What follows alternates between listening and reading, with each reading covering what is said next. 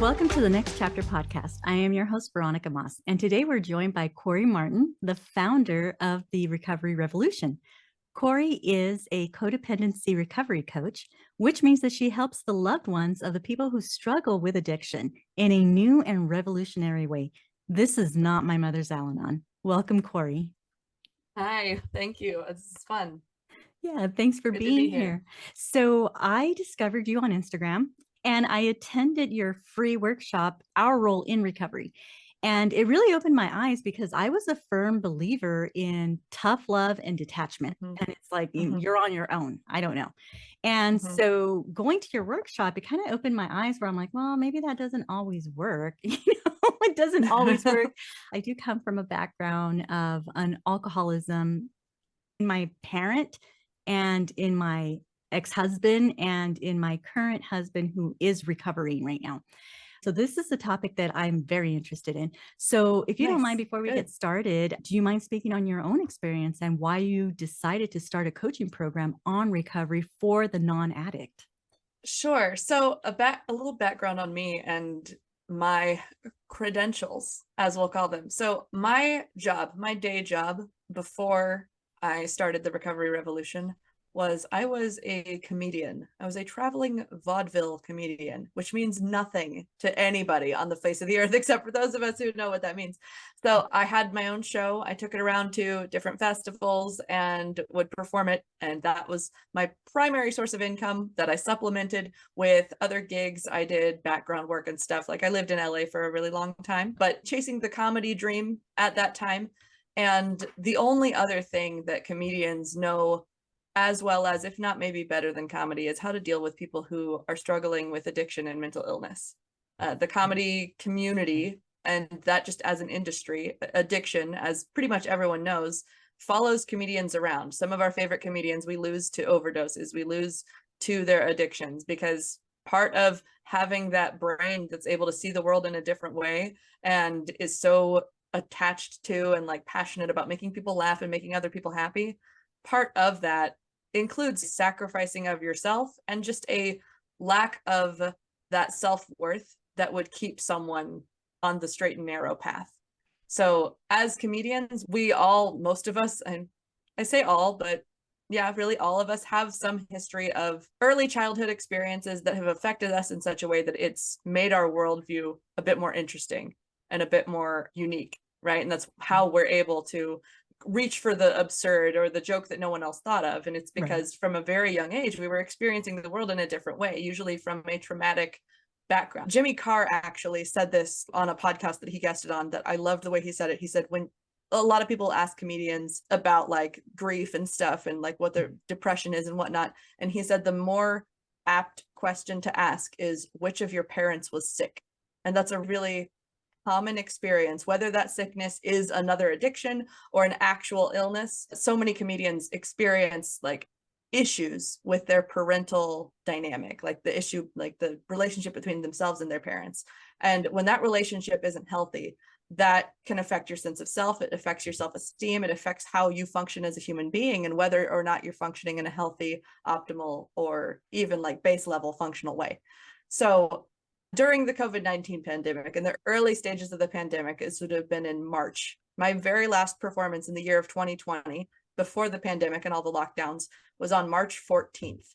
The next day, LA County locked down. The next day, I was planning on driving back to my hometown of Kansas City because I had been staying there for a while, and I was in LA where I had lived for a long time and just happened to be there when everything got locked down. And I was like, well, I guess I'm staying put. And I was locked down with a partner who struggled with drinking, and he'd struggled our entire relationship.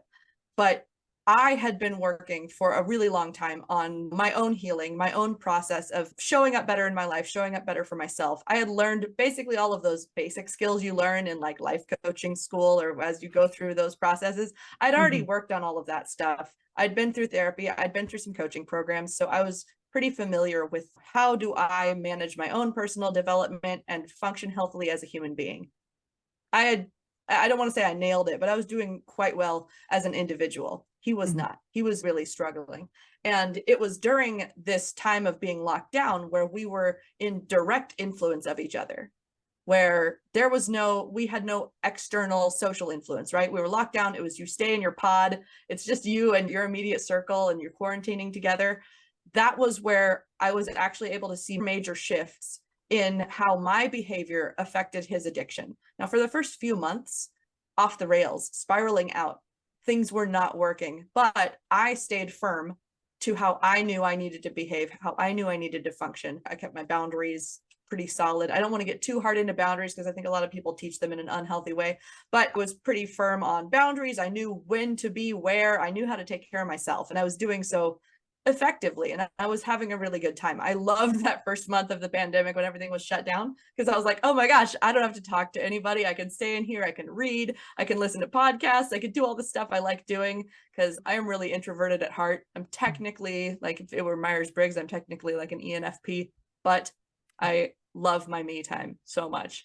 So I loved that month of being at home. He did not handle it, but by being in close proximity together, my power of influence won out because it was stronger and more functioning.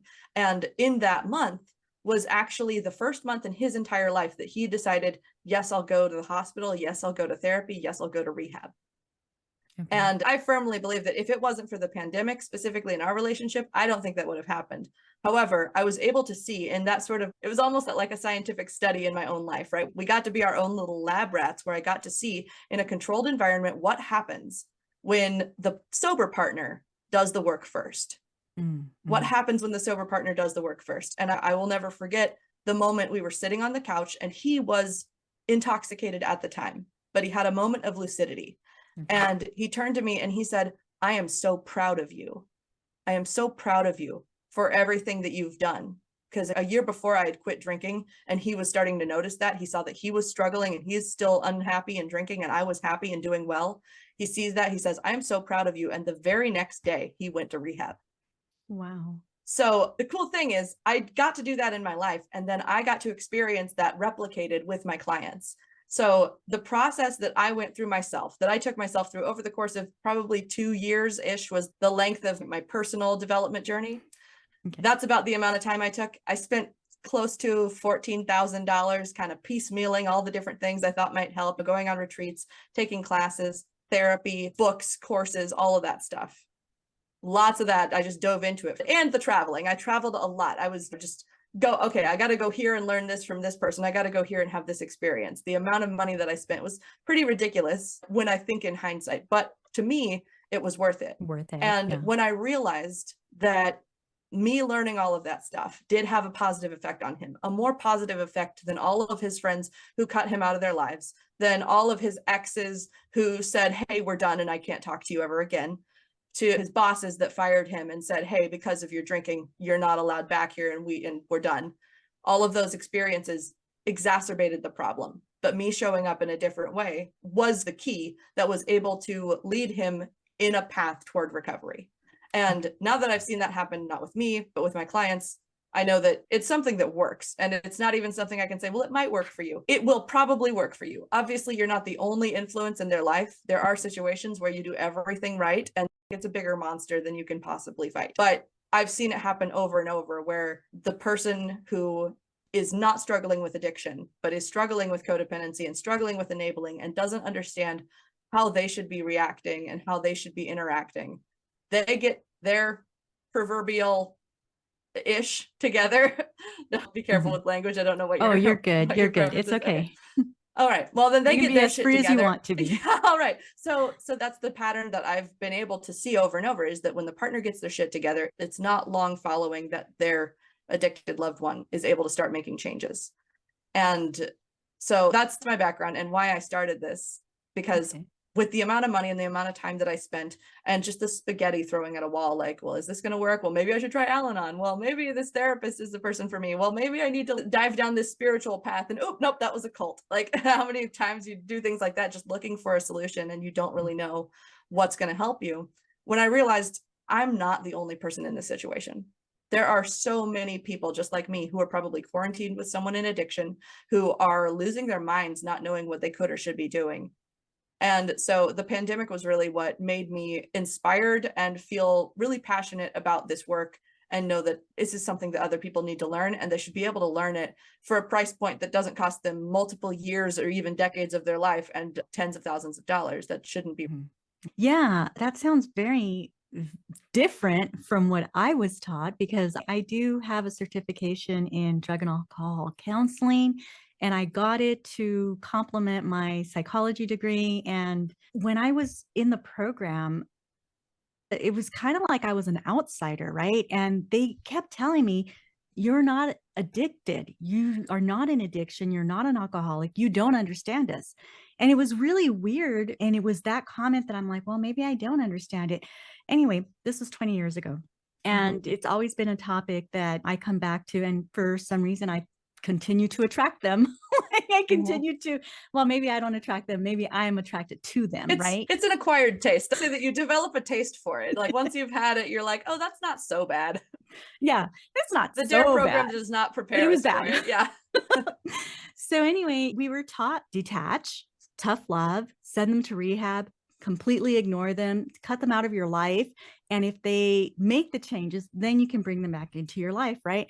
And so just a little bit of background on me. I left my first ex-husband because he was addicted, alcoholic, women, cheating, lying, all of it, all of it, all of it. And long story short, I'm with my current husband who repeated that pattern with me, and I repeated it with him. And so I did that whole tough love. You know what? I'm done. If you want to go to rehab, I don't even care.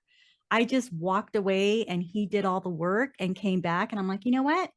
You did a lot of work on your character. I'm going to give this a chance. However, I was still stuck on that tough love, my way or the highway, no sympathy, I don't care type of thing. Non teaches, or not teaches, but usually the talk of encouragement is if they're sprawled out on the floor and they're not eating, that's fine. Walk away, let them be the way that they are, and just go on with your life. And if they recover, great. If they don't, you can still continue with your own life. I never thought that was very good advice. I went to Al Anon with my mom a few times, and I'm like, this is just not for me, because it's venting, which is cool, but there's no real help. And then I tried therapy, and I'm like, okay, the therapist just doesn't understand, and they want me to go right back into Al Anon and him go right back into AA. And it's just not helping, right?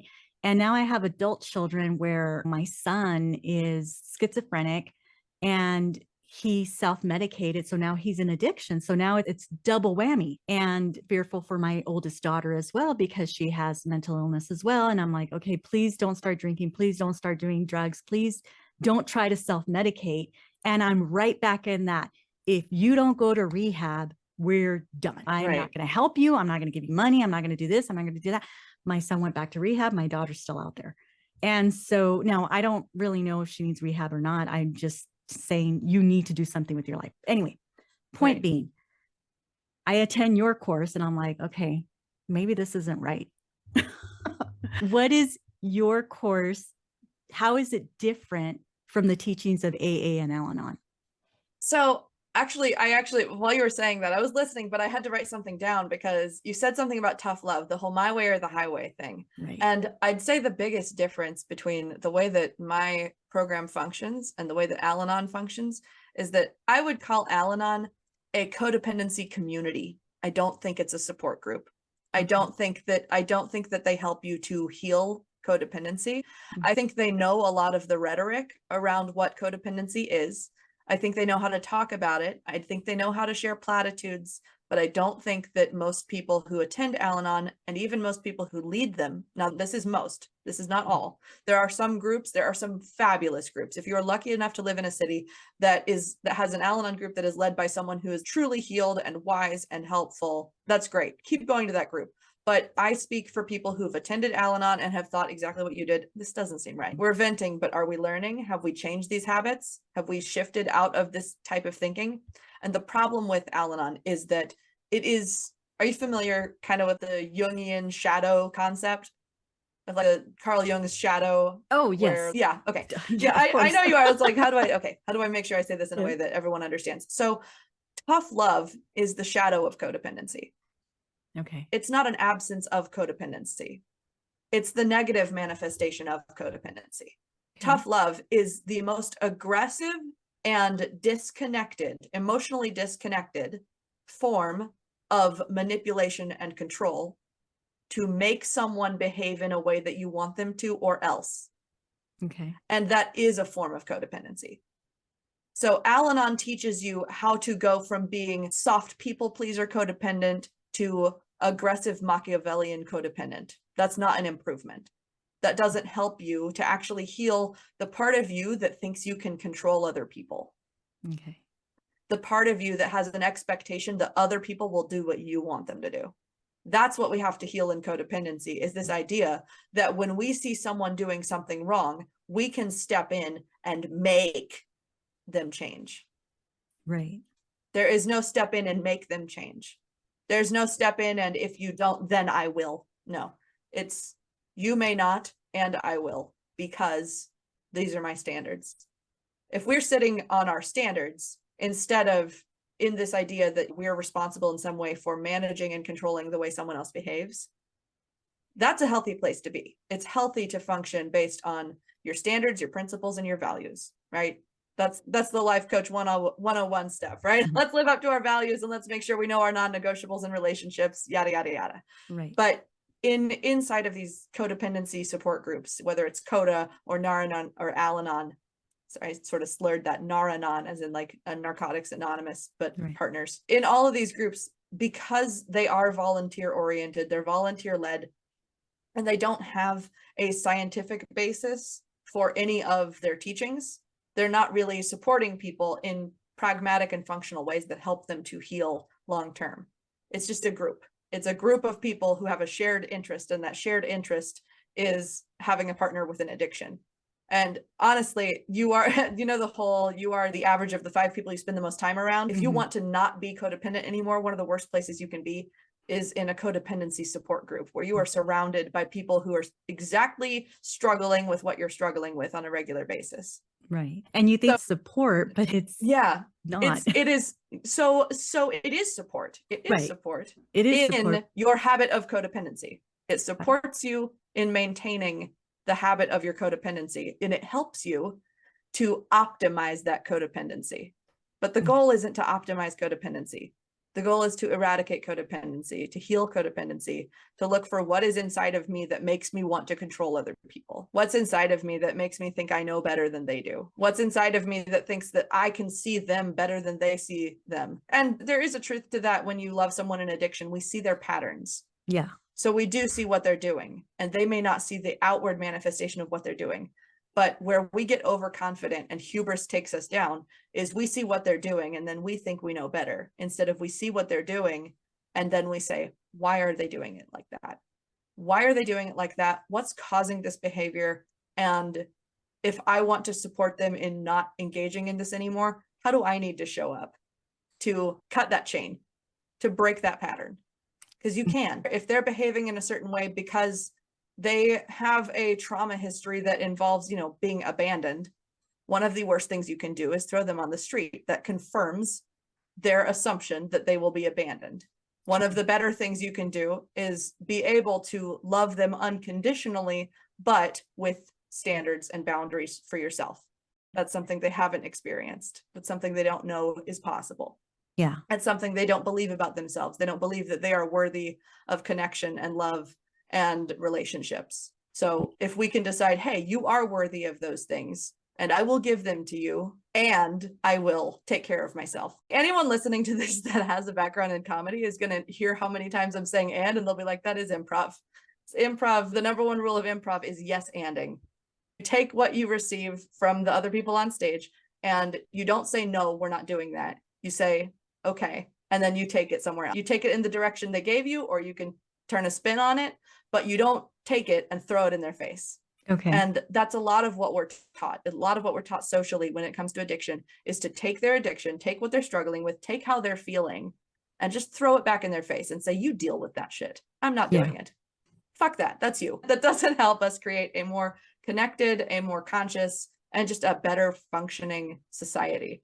So for me, this isn't just about me and my relationships or even my clients and their relationships. This is about the society that I live in and me wanting it to work for any of us. No, yeah, that's interesting. It's just, like I said, it's very eye-opening because for 20 years, that was my method. For 20 years, it worked 3 times, not with my first ex-husband, not with my dad, not with other people. It worked with my husband, it worked with my son.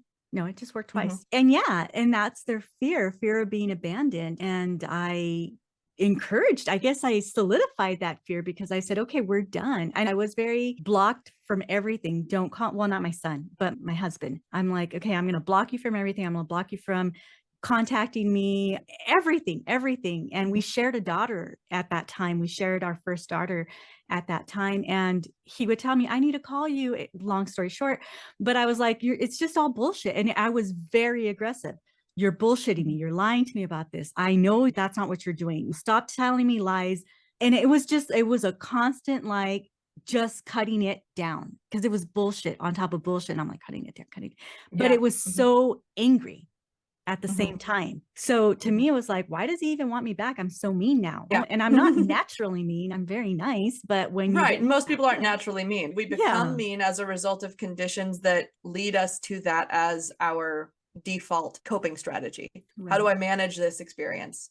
What do I have to do to manage this? What's working? Okay, getting angry seems to be working. So I'm just going to keep getting angry. It is my goal to just stay safe. Then, okay, I'm just going to get angry and make sure I keep everyone away from me so I'm safe. That's a lot of the work that we do inside of my program. Now, I want the disclaimer, I'm not a therapist, I am a coach.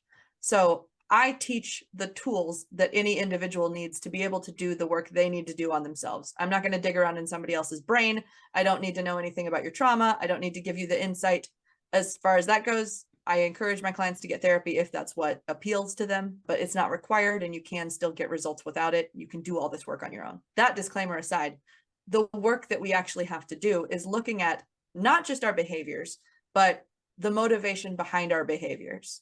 Why are we doing the things that we're doing? And are those motivations sound? Are we using sound logic? Or are we using old sort of algorithms that are just programmed in there that are just still running from the past experience that taught us that it worked? But anymore, we look at it and we put it out on paper and we say, oh, this doesn't logically follow. Once we can logically debunk our behavior and not just our behavior, but the why behind the behavior.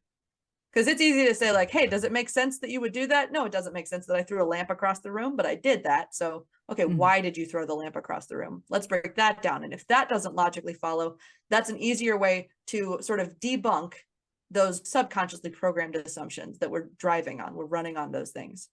And when we can bring those out into the forefront and look at them like on paper, not even kidding, you write it down and you say, hey, does this make sense? Your brain then gets to kick in. Your conscious mind, your prefrontal cortex gets to chew through all that stuff and say, this doesn't make sense. Here's what would make sense. It will be almost impossible to unsee what you see there in your behavior patterns once you're able to break it down and see why you did something that wasn't great. And by why, I don't mean why because of your mom or because of your childhood trauma. Why? Because of the assumptions that you have, because of the beliefs that you're holding on to, the assumption that yelling gets you what you want, the Like, why assumption in that moment, not why why in in the that past. moment. Yeah, not, it's not why. And that's the thing about trauma. A lot of people will focus on trauma, especially in therapy. I don't recommend therapy for trauma for the most part, but a lot of people will focus on the past. Let's uncover the past and talk out those experiences. But what really matters in trauma is those triggers are occurring now. Those are happening right now. And they're referencing a trauma, but you don't have to talk about the trauma to discuss the trigger and the process that trigger takes you through and what that trigger is based on. It's based on certain assumptions and based on certain beliefs. And Okay. being able to look at that instead of looking at what happened originally. What happened originally can re-traumatize you if you talk about it too much. Right. But And then looking that at, gets you in does that this make loop. sense?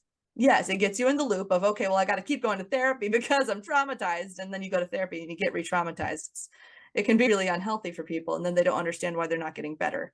But the two things you have to deal with when it comes to trauma are your nervous system and your beliefs. Okay. And you don't have to know anything about your history in order to get to the root of those two things. Because yes, it happened historically, but it's affecting you right now. And right now is where we work with it. And that's what we do inside of the program is we focus on how do we pay attention to what is happening right now, how our behaviors right now are affecting our lives right now, and whether or not the things we're doing right now is moving us forward toward the future that we want. That's the major difference between coaching and therapy, really. Is Yeah. therapy likes to dig around in the past, and coaching is more of a navigational process forward. Right. Right. So No, that's yeah. the big thing different. The big difference, honestly, between my program and like Al-Anon is Al-Anon gives you a place to vent. You said that it's a place to vent about the problem, but the problem that you're venting is the past. It doesn't give you a place to discuss, dissect, and restructure now and future. Right, right. No, yeah, I get it. I hear it. And I'm just like, I have to keep going back. I'm like, okay, well, I was raised by an alcoholic. I married an alcoholic. I married another alcoholic. And so I'm thinking here, and it's okay, so I'm repeating patterns. There's trauma there. And I decided to take the counselor's way. And I thought it was working for me. Honestly, it worked for me because of my ex-husband. So there's so much going on. But now that I'm noticing with my current husband, he did the work, he did it, he's doing the work, but I'm still getting re-triggered. And I'm feeling like I'm only getting re-triggered because I'm still dealing with my son. And then his things that he's doing, I'm like, wait, is this back like when you were drinking? Because I'm being triggered because it seems like you did this in the past. So I'm like constantly like going back to the past, like, well, what do I need to be aware of? What is it that you're doing right now? And it's driving me crazy, right? So I know that you were talking about your program, but just very quickly with me, I'm doing more emotional abuse. And I took that same route where I'm just going to focus on me. You're doing. I can't control it. I don't care. I can't control it. So I'm just going to focus on me. And that is making a huge difference in everybody in my life, where it was like, I felt like I had to be rescuing everybody. I tell this story a lot. As a 5-year-old, I was in charge of daddy. Daddy's getting out of hand. Go make him eat something, make him lay down, take him to the car. As a 5-year-old, all the way until I was 25, when I said, you know what? I already have kids. I'm already divorcing an alcoholic. I'm not going to come back here and reparent my dad again. And so I had stopped. So, but for 20 years, that was my role. And everybody would contact me. They would call me, hey, your dad's passed out on the grass over there. Go get him. You know what? No, I'm not going to do it anymore. And so I noticed that once I started I'm just going to focus on me and what I need to do. And not in a selfish way. It's just more like, I'm not going to be running towards you when I got things to do. You know, you can figure it out later, and I'm going to focus on me. And so I'm noticing that is working better. And you said that that's part of your program as well. So what more can you tell us about your program? Like, would you say you can overcome codependency, or is it something that you have to deal with on a daily basis? What would you say? So that's a real big philosophical question. So do I think an individual in a vacuum can overcome codependency? Yes. Okay. Do I think that it's possible in Western society for any woman, especially, to completely divorce herself from codependency? No, I don't. I think that our entire society is founded on sort of a codependent dynamic, especially with the social movements throughout the past 100, 150, 200 years. When it comes to women, we have been trained to function in a certain way. And we've even been trained to believe that as we improve, men have to then improve. Men have to step up too. It's your job now to do this. And if you're not doing this, then you're wrong. We have not yet learned to be responsible for ourselves. In our entire society, we have not yet learned to be responsible for ourselves and then to help others. We have learned to focus on ourselves from a selfish perspective, right? So the opposite of what you were talking about, where we focus on ourselves, like we boss up, we girl boss, we do the whole thing, we get the manicures and we get the extensions, and we focus on us and what makes us feel good in the social context with other women. And then when other people need something, we say, not my problem, not my problem anymore. I bossed up, you got to boss up now. And that's not healthy. It's not healthy, and it's not human is the problem. That's not a natural way for human beings to function. Human beings naturally function in societies, in small community groups that support one another. And the smallest structure of one of those community groups is a friend group and a family. So within your friend group and your family, if you are functioning like such an individual that you can't take responsibility for how your actions affect others, for the moments in which other people may need your help, and it is your time to step up. If you're not able to manage that dynamic, which feels like a paradox, but it's really just a duality, self and other at the same time, concentric circles, right? It's happening. You saw the Venn diagram and the all of the different diagrams in my workshop. So we do need to take care of ourselves, our boundaries, our own needs. And then we also need to be able to, as much as we can, take care of other people in whatever way is appropriate that doesn't sacrifice this. These have to happen at the same time, and then they overlap. And where that overlap happens, that's where you and how you take care of yourself supports and influences how you take care of other people. But what we end up doing is, in codependency, us taking care of ourselves is also us trying to manipulate and force other people to do things. Or we go into hyper independence where us taking care of ourselves, go fuck these people, who cares? Doesn't matter, right?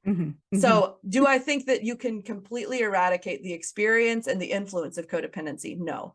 But do I think that you can move from a lifestyle that is defined as unhealthily codependent, wherein you are reliant on someone else's dysfunction to give you meaning and purpose and drive? That's really the definition of codependency. People talk about the whole helping and giving and sacrificing and stuff, but codependent means to be dependent on someone else who is dependent on something else. That term originates in AA. So Codependency, yeah.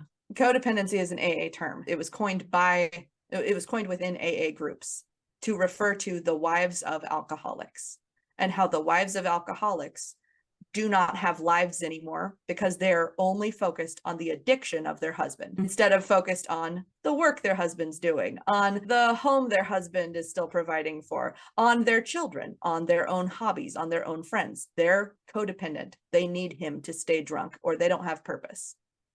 So moving out of codependency is to redefine ourselves as individuals with our own interests, with our own passions, with our own unique set of personality traits, character traits, and values, while still being able to value and appreciate another person, their contribution, and their participation in our lives. And that's the path out of codependency. It's not this hyper independent, tough love, screw you, not going to mess with you. That is an aspect of codependency, because in that perspective, you expect those people to change. Right. Now, bringing it back to a family dynamic, I've mentioned on the podcast several times that I do come from an alcoholic background. My dad was an alcoholic. My mom did not know how to handle it. And so she was extremely controlling with the kids, and especially me, since I was a girl. And my mom is from Mexico. We're Hispanic. And so the girl always has to be right next to the mom, right? And it was just suffocating me. And my escape was when I needed to help dad. And so bringing it back to the family dynamic, I did not want my children growing up like that with my first husband. And so I left him just because it wasn't working for me, my way or the highway. So I thought, okay, well, you're choosing the highway, then I'm going to leave. And so that's what I did. And I kept my kids out of that. And bringing it back to the family dynamic, what can we tell the mom who, husband and wife, let's just continue with the example. It's the dad that's drinking and the children are watching, and maybe they're taking on that caretaker role where it's like, hey, dad's passed out on the couch. Tell him to get up and eat something, because that's what I experienced. So I'm believing that a lot of people in a family dynamic like that were also helping dad or mom or whoever is the alcoholic in the home. How can we support the mother that's listening right now, or the parent that's listening right now? Yay. So the way we can support the mother that's listening, because I'm going to keep it, honestly, a majority of my clients are women. I have 3 male clients, but almost every single one of the people who reach out to me are wives or girlfriends of a man who struggles with alcohol. There are other addictions, there are other substances, there are other genders, there are other dynamics, but I do want to keep this focused on the wife, because that is the most common, like so many orders of magnitude. And I'm not going to pull up statistics, but it's pretty absurd how many more Al-Anon meetings are populated by women, right? And part of that is just by nature of that dynamic. Like I talked about, there's a social dynamic of codependency within female social that really is there naturally. So the best thing that a mom in that situation can do is learn the skills to model to her children. so that her children are not learning codependency from her, but her children are learning a compassionate, supportive approach to knowing or loving someone who struggles with an addiction. And this is whether or not they're in the home, whether Okay. they have to leave. If it gets to a point where there is abuse, where there Right. is a risk to the children, especially a physical risk, that there may also be situations in which there's verbal abuse that's going to be a developmental risk to the children. You need to take care of your children first. A mother's role is mother, right? We Right. didn't say, I mean, we did say wife, but I'm going to talk about the mother, because your role as a mother is to protect your children first. Right. So you do that first. But part of protecting your children is modeling to them the behavior that's going to support them in their lives. And it is healthy for them to learn how to interact with people who struggle with addiction. You are not going to raise a child who never confronts addiction. That's statistically impossible. Right. It is statistically impossible to raise a child that is shielded from the reality of addiction for their entire life. The only time that could ever happen is in the worst case scenario in which your child dies before they grow up. That's not the goal, right? Yeah, no. It's the only time. It's the Yeah. only time you can save them. So you don't want to try to save them from experiencing addiction. You want to save them from experiencing dysfunction. Right. And then not only that, they're going to be adults a lot longer than they're going to be children. So while Exactly. children, it's the Teach them best how time. to be adults. Yeah. Yes. Teach them how to be adults by being the adult in the room that knows how to respond to someone in addiction, so that when they have a friend who is struggling, they know what to say. They know how to show up. They know what not to do. They know what's helpful and unhelpful, and they don't end up slipping into codependent patterns. They never have to set foot in an Al-Anon meeting. And frankly, I'm a terrible entrepreneur, because I tell people that I don't want them back as clients. After you go through my program, I Right. hope that you're done with me. I don't want you to have to come back.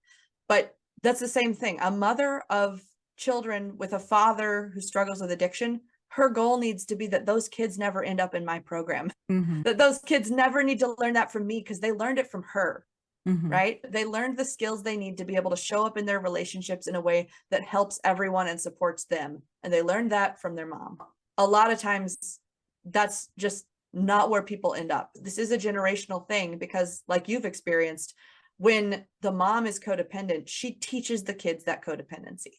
Yes. The kids end up growing up the same way. And I mean, you've lived this. That's where you then end up in dynamics, in relationships that have those same markers, the same partner that struggles with an addiction, you struggling with codependency, you then having to make the tough decision to leave, instead of having been given those skills that you could have been given if your mom had different circumstances. Mm. Obviously, this isn't blaming. I want to make sure No. that we have that disclaimer. This doesn't blame Yes. anybody for not having the resources available. And that's exactly why I created my company, is because we need these resources. Yes. Yes, we do. Millions of Resources. people need these resources. Because it's And not available. So it's inadvertently the mother's teaching children how to become right, she codependent. Yeah. cannot know better. You Only because she cannot know doesn't know what better. you don't Yes. know.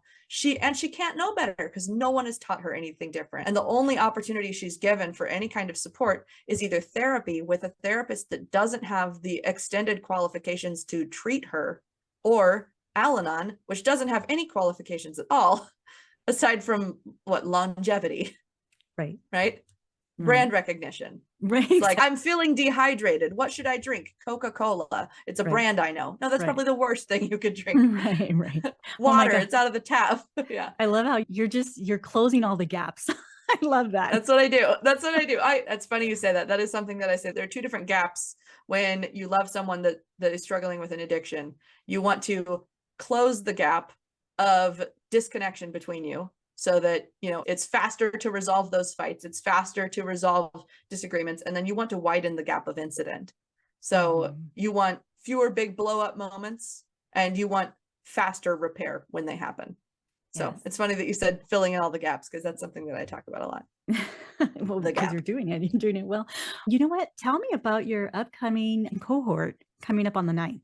I think I saw So that. yeah, so the way that enrollment inside my program, actually, if we have some time, I'd love Oh, to talk yeah. a little bit more about the program itself and what that looks like. Please So do. Yeah. Because I know that there are people listening right now that are thinking maybe that might be for me. So let's definitely dive into it.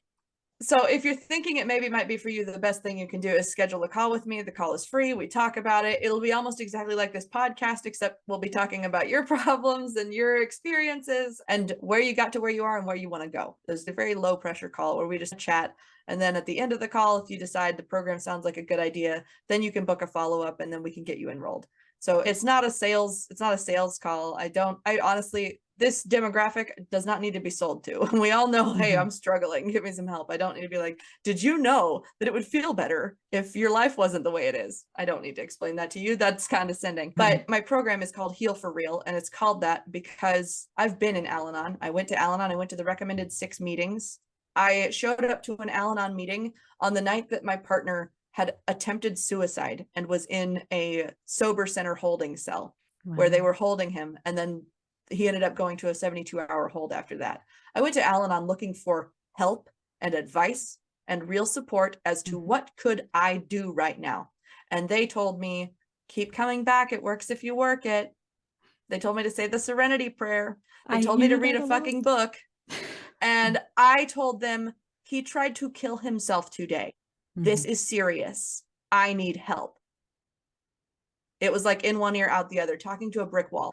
And that's why I created this program, is because we need opportunities to actually do the work that we need to do as partners of someone in addiction so that we can learn the skills necessary to not have to go and ask someone for advice when there is a crisis moment. Because when you love someone in addiction, crisis is guaranteed.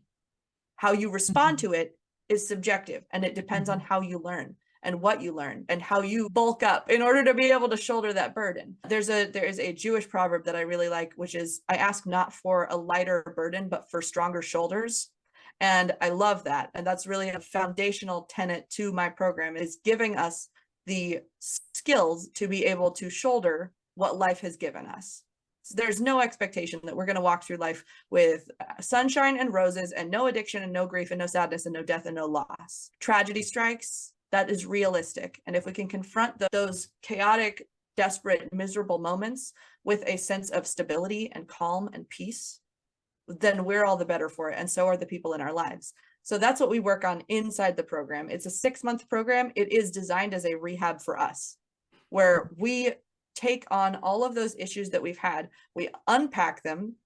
We dig those old habits out at the root. We restructure them so that our lives are more stable. And then we start learning everything we can about addiction. We learn about the neuroscience of addiction. We learn attachment theory, how that affects our relationships. We learn our own relationship patterns and how we can rework those so that we can show up in a better way and have a healthy relationship regardless of their addiction. And then there's also sections in this program to focus on how we are thinking about and relating to reality and our lives, because that's where a lot of us end up in miserable patterns, is we think that life shouldn't be the way that it is. And when we can get to a point where we understand that life is the way that it is, we accept it, and we do with it what we can, we do the best with it that we can actually create beautiful situations for ourselves. We can create a beautiful life out of tragedy, out of chaos. And so that's what the program is for. It is intensive. It is a lot of work, but it is so worth it. It is really rewarding for everyone involved. I love my client stories and their testimonials. My favorite moment is hearing when other people have that same conversation I got to have, the I'm proud of you conversation. Multiple clients who are like, he said it. He said he was proud of me. I don't even know why. And it's like, yes, because you're doing the work. That's awesome. That's so cool. So if that's something that anyone listening needs, if you need help with where you are with your loved one who struggles with an addiction, with the way that you're interacting, if you find yourself escalating conflict still, feeling angry still, like we talked about, it's so easy. Even if you can get them out of your life, and that's not going to heal the anger. It's not going to heal the resentment. And it's not going to fix the pattern. And I can testify, it does not. Once you leave, it does not end there. It's been 21 years. I'm still bringing it up. It's still affecting me. It's still affecting my children. And then my own story, it's still affecting my parents. It's still affecting all of us. So no, it doesn't just go away. You grow up and okay, grow up, get out of it, move to another state. I moved to another state. It doesn't end. You have to do the work, and the work is always going to be hard. There's always going to be work. So as soon as you get going on it, the sooner you start, the better you'll feel, the faster you'll recover. Am I right? Absolutely. Yes. Preach. That was it. That was exactly it. And you mentioned January 9th. So January 9th is when our next cohort starts, but we do monthly cohorts. So every month I am launching and onboarding more people. I say launching, but it's really just as I go through calls throughout the month, I put people into their groups, and then your group starts at a certain date on the month. So I keep these groups small. They are 6-person groups. I don't go past 6-person groups because I want everyone to have time inside of the group coaching sessions to actually be heard and be able to talk and connect with other people who are in the same situation as you. It gives you a tight-knit community of other people who are in the same situation as you and also working on it. So it's very different from Al-Anon, because in Al-Anon, you don't know who you're talking to. In these groups, you know who you're talking to. You know their name. They're not anonymous. You know their partner's name. When their kids' birthdays are, you end up getting to know the people in your group. And it's really a beautiful process of healing on so many different levels. So if this is something that you need, I'm sure that there will be a link somewhere to be Oh able to find yeah. it. Or you can go to therecoveryrevolution.com is the easy place to go. It's spelled the way it's spelled. You can see Okay. it right No, here. yeah, I'll definitely link everything. Recoveryrevolution.com. Yeah, I'll definitely link everything in the show notes, your website, your program. I think whatever you send me, I'll link it. We have another free workshop coming up soon as well. I believe it's January 16th. So if people hear this before then, we do our free workshop every month. The one that you mentioned, the Our Role in Recovery workshop, that is a monthly free workshop for anybody to learn more and get more of an in-depth understanding of this issue and actually do the work on your own situation. That's the fun part. There's a workbook, you get to work at it and look at your own life. And so if that's something that appeals to you, that you'd like to join us, we'd love to have you. Well, I got to say, I am so thankful, Cory, that you have this program already dialed out, already ready to go for the people that really do need it, because there are so many loved ones that are dealing with it. And it's not just the partner, it's also the children, it's also the coworkers, it's also the best friends that have to walk away. It's the neighbors that have to see you sprawled out on the lawn that, hey, let me get you back inside, right? It's the jobs that you lost. It's so many people that need this, and they may not even know that they need this because they are going to therapy, they're reading the books, they're going to Al-Anon, they're going to support groups, they're on Facebook groups, you know what I mean? And it's not the actual work, because like you said, you don't need to relive the trauma. You just need to know how to deal with the triggers. Yeah. Do you want to, I'll give us an end cap to cap that off with some statistics if you want. Sure. Yeah. Hit you with some facts. All right. So you mentioned, we've talked about venting a few different times. This is something anybody can Google. Google emotional effects of venting.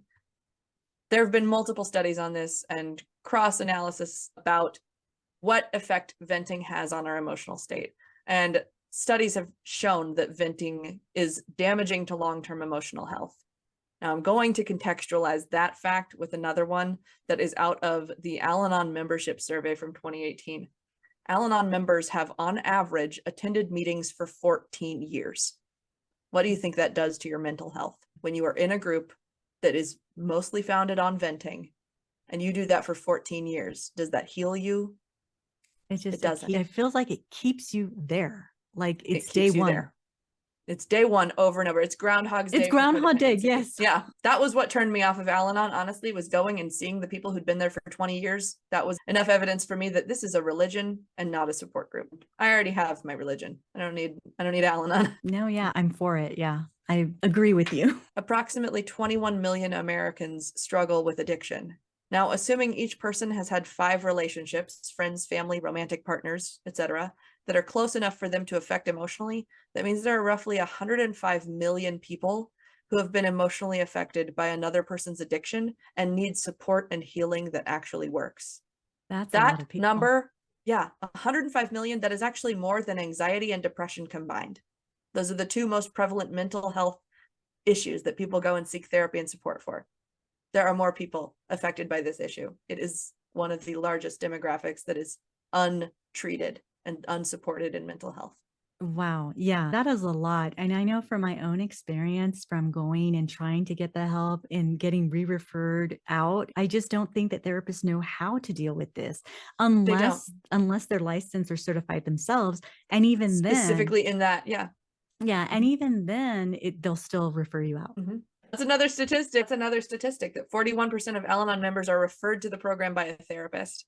Al-Anon uses that statistic as like a bolster. Like, oh, hey, look, therapists refer to us. Not a bragging right. It means therapists are more incompetent than a volunteer-led support group. That's an indictment of therapy. It's an Oh my indictment gosh. of therapy I that never thought therapists of are it that referring way. people to Al-Anon. Yeah, it's not good. It's Yeah, I not never good. thought of it that way. But yeah, it eye-opening, I'm telling you. Yeah. You said I fill in the gaps. That's what I'm Yeah, filling in. I'm like, you wait a second. seriously This do. plus this equals bad. Why are Yeah. you saying it's good? It's hang on, guys. I am the canary in the coal mine for this industry, I'm pretty sure. And Yeah. I think that's why comedians make it so good to listen to, because you guys are able to take the serious, bring it out to look how ridiculous it is, and then Yeah. the audience is like, "Ah, so Haha, funny. It is funny. And ridiculous." with this one, it's not funny because it's killing millions of people, and that's a problem. It's not, So, especially since I've whoops. experienced it. So Sorry, I made it all sad because people die when we don't do it right. Yeah. I mean, part of my experience that I didn't mention, my background is I had a best friend commit suicide at 21. He struggled with addiction for years, the entire time that I knew him. And the mental health industry was not helpful. The mental health industry exacerbated the problem for him. And that was an experience that was pretty eye-opening for me, realizing how little like functional support there was for people who needed help. I remember he also, so here's another cycle. This is another partner who had been put on a hold at a psychiatric hospital. This one actually did kill himself, but this was a decade before. So that's me breaking the pattern. Now they don't kill themselves. It's great. But yeah, see, hilarious. like, So not too funny. right, well, no, laugh, it's fine, it's funny. He was held at a psychiatric hospital for 7 days. He was on a 7-day hold. It was bad enough he was on a 7-day hold. And while he was there, his doctor called me to ask me about him because he wasn't sharing in therapy. Called me to ask, is there anything we need to know? Is there anything we can know that could help him? And I told them, I said, look, I know this guy like the back of my hand.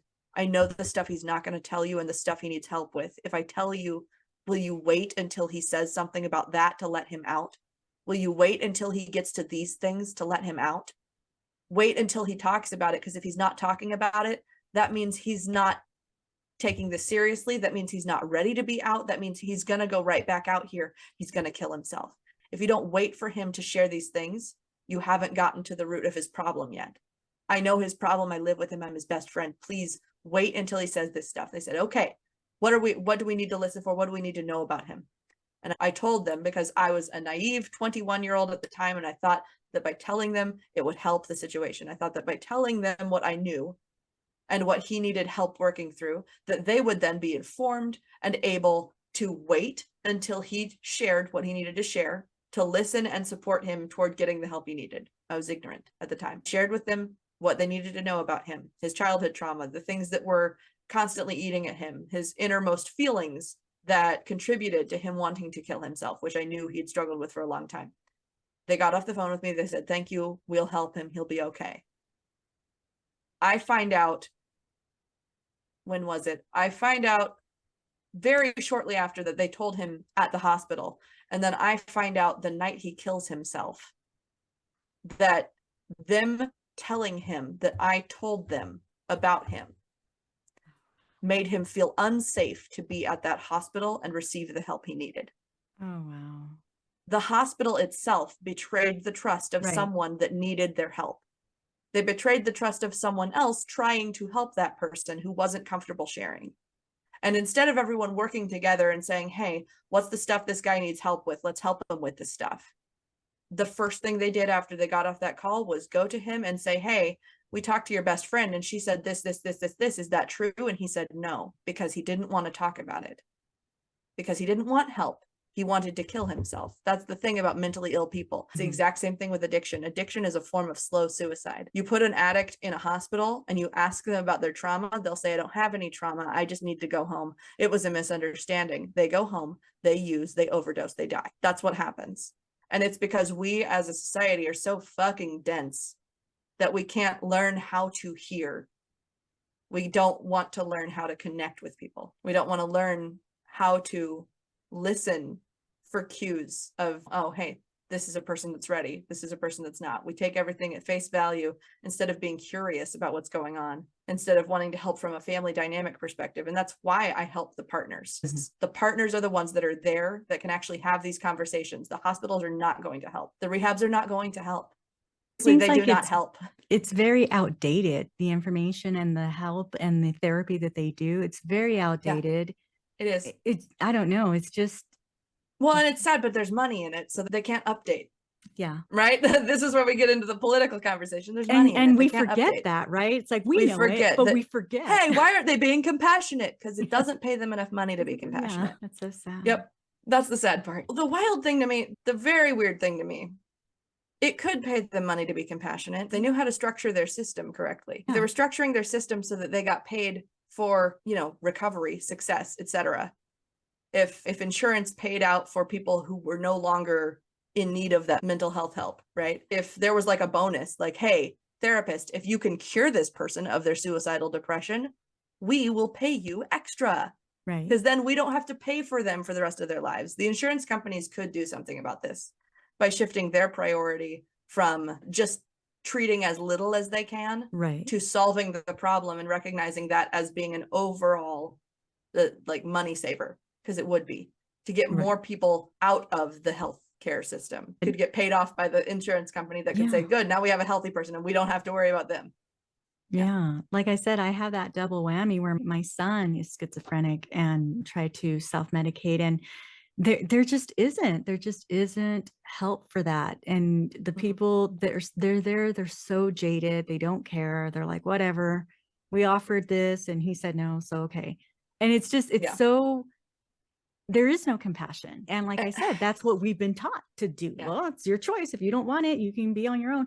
And there has to be a new, better way. And hopefully your program is the better way. My hope for not just this podcast, but like everything that I ever do and talk about, is that it hits enough ears and enough people hear enough pieces of it. Because my biggest struggle with this entire mission, I could call it a business, but it feels more like a mission. With this whole mission is the fundamental re-education necessary, which is you went to my workshop. That's hey, everything you know upside down.